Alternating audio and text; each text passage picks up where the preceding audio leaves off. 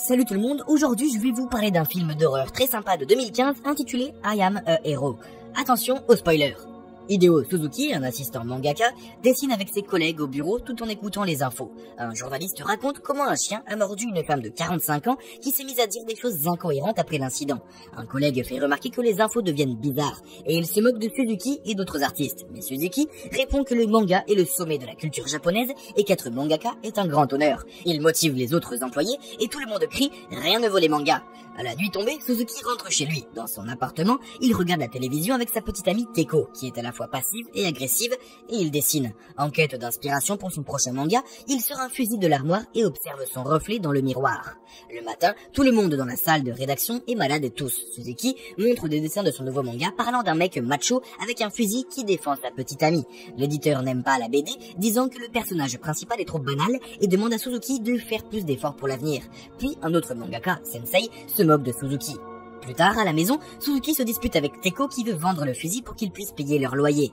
Teiko pense que Suzuki est un loser. Dans un excès de colère, elle met fin brutalement à leur relation et le met à la porte de l'appartement. Suzuki va dans un parc avec son fusil et feuillette un manga de Sensei. À proximité, un sans-abri est assis et tremble sans qu'on sache pourquoi. Mais Suzuki n'y prête aucune attention. Le lendemain matin, Suzuki est de retour au bureau. Les infos font état d'une maladie inconnue qui a déjà tué 4 personnes. La collègue de Suzuki transpire et ne se sent pas bien. La jeune femme s'en va et Mitani explique aux autres qu'elle a probablement contracté le virus de Sensei. Elle a la même marque de morsure dans le cou que lui. Le patron entre dans la pièce et il a aussi une marque de morsure. Les employés sont confus et ne remarquent pas que les yeux du patron s'assombrissent. Tard, tout le monde est endormi dans le bureau lorsque le téléphone de Suzuki se met à sonner. C'est Teiko, elle s'excuse pour ce qui s'est passé la veille et veut se réconcilier. Pendant qu'il est au téléphone, des hélicoptères survolent la ville, mais Suzuki est trop focalisé sur Teiko pour les voir. Il laisse tout en plan, il achète le plat préféré de sa copine et se rend chez elle. Mais bizarrement, personne n'ouvre la porte. Suzuki jette un coup d'œil par la trappe de la boîte à lettres et voit Teiko allongée sur le lit. Soudain, elle se lève, bouge bizarrement et tombe sur le sol. Nous voyons alors qu'elle est en train de faire une crise. Son corps et son visage se transforment, elle devient une sorte de démon. En marchant jusqu'à la porte, le zombie Teiko attaque Suzuki et lui mord le bras. En essayant de s'échapper, il frappe accidentellement la fille à la tête et sort de l'appartement en courant.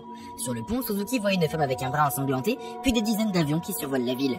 Au bureau, le jeune homme trouve Mitani tenant une batte ensanglantée dans la main. Mitani est le seul survivant parmi les cadavres des autres collègues zombies. Il explique à Suzuki que le seul moyen de tuer ces monstres est de détruire leur cerveau et que ceux qui sont mordus deviennent eux-mêmes des monstres. Mais il s'avère que Mitani a été mordu lui aussi et quand il commence à se transformer en zombie, il se suicide. Le chaos règne dans les rues. Il y a des zombies flippants qui courent parmi les gens ordinaires.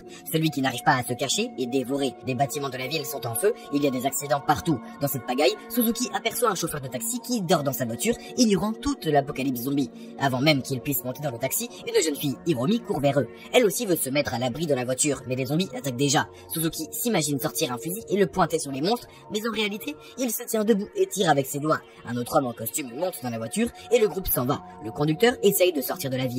Personne n'a d'explication à ce qui se passe. La télé ne cesse de diffuser des informations sur les attaques de masse, pendant que les passagers regardent le dernier reportage, l'homme en costume est au téléphone. Lorsqu'il raccroche, il commence à se plaindre des pauvres et on découvre soudain qu'il y a une morsure au bras. Ses vaisseaux sanguins deviennent noirs, l'homme se transforme en zombie et mord le conducteur. Il se plaint même de la mauvaise qualité de la viande de pauvre. Le conducteur ouvre la portière du taxi et Suzuki parvient à pousser le zombie dehors. Tout le monde pousse un soupir de soulagement quand soudain les veines du chauffeur de taxi deviennent noires elles aussi. Il appuie sur l'accélérateur et roule comme un fou. Hiromi se glisse sur le siège arrière juste à temps car le conducteur devient déjà agressif. La voiture roule à toute allure, percute une autre voiture et se retourne. Lorsque Hiromi et Suzuki se réveillent et sortent du taxi, ils voient que la route est bloquée par un carambolage. Il n'y a plus personne dans les parages. Alors ils s'assoient sur le trottoir et cherchent une explication sur internet. Ils apprennent que le virus appelé ZQN transforme non seulement le corps mais aussi la personnalité de la personne infectée. Une théorie est avancée selon laquelle le virus pourrait mourir si on escalade le mont Fuji. La nuit tombe, le jeune homme et la jeune fille trouvent une maison abandonnée pour y dormir. Ils mangent, parlent du fusil et écoutent de la musique. Hiromi révèle qu'elle se sent en sécurité avec Suzuki. En se réveillant le matin, il remarque une morsure sur le cou d'Hiromi et sort son fusil pour se défendre.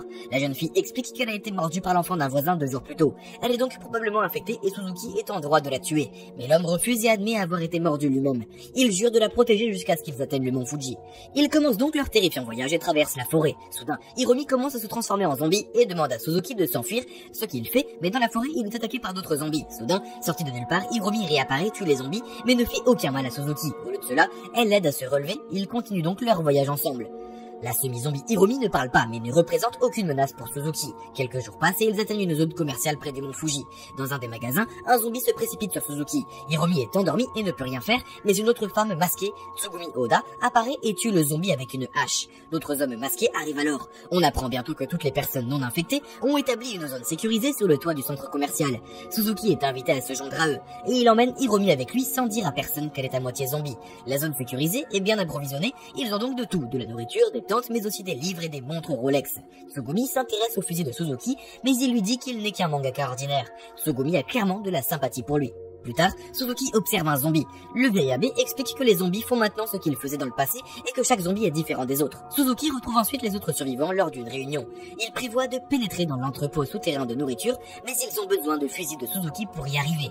Celui-ci refuse de leur laisser, mais le chef des survivants, Laura, menace de tuer Hiromi s'il résiste. Pendant ce temps, plusieurs survivants tentent d'attraper Hiromi et Tsugumi veut les en empêcher. Suzuki se doute de quelque chose, quitte la réunion à la hâte et découvre Hiromi captive. Il menace de tirer sur Laura avec le fusil s'il ne laisse pas partir la fille.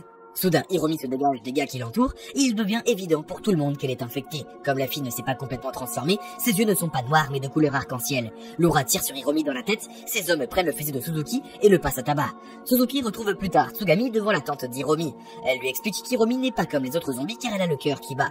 Suzuki est attristé de ne pas avoir réussi à tirer sur Laura et d'avoir perdu son fusil. Il pense qu'il est un lâche et un loser, mais Tsugumi lui dit qu'il est juste quelqu'un de bien. Bientôt, Suzuki se rend à l'entrepôt avec le reste des survivants. Quelques personnes tapent sur des casseroles pour attirer l'attention des zombies vers le toit, tandis que les autres se dirigent vers la réserve de nourriture souterraine.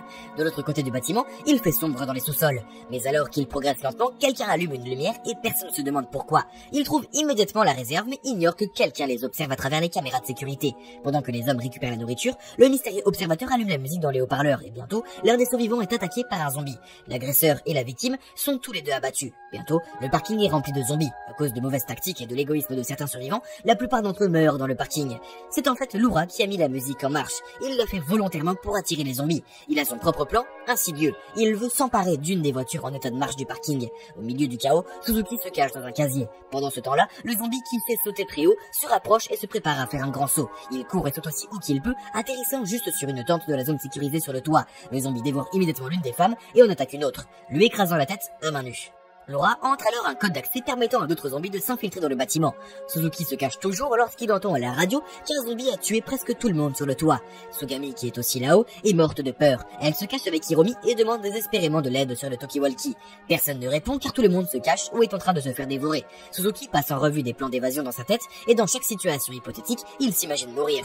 Sa peur et son imagination prennent le dessus, mais il entend à la radio Tsugami qui pleure et il pense à Hiromi. Il sait qu'il doit surmonter sa peur, alors il pousse un cri et sort du casier. Suzuki est immédiatement attaqué par un zombie qui le mord, mais heureusement, il a une douzaine de Rolex sur son bras, ce qui le sauve.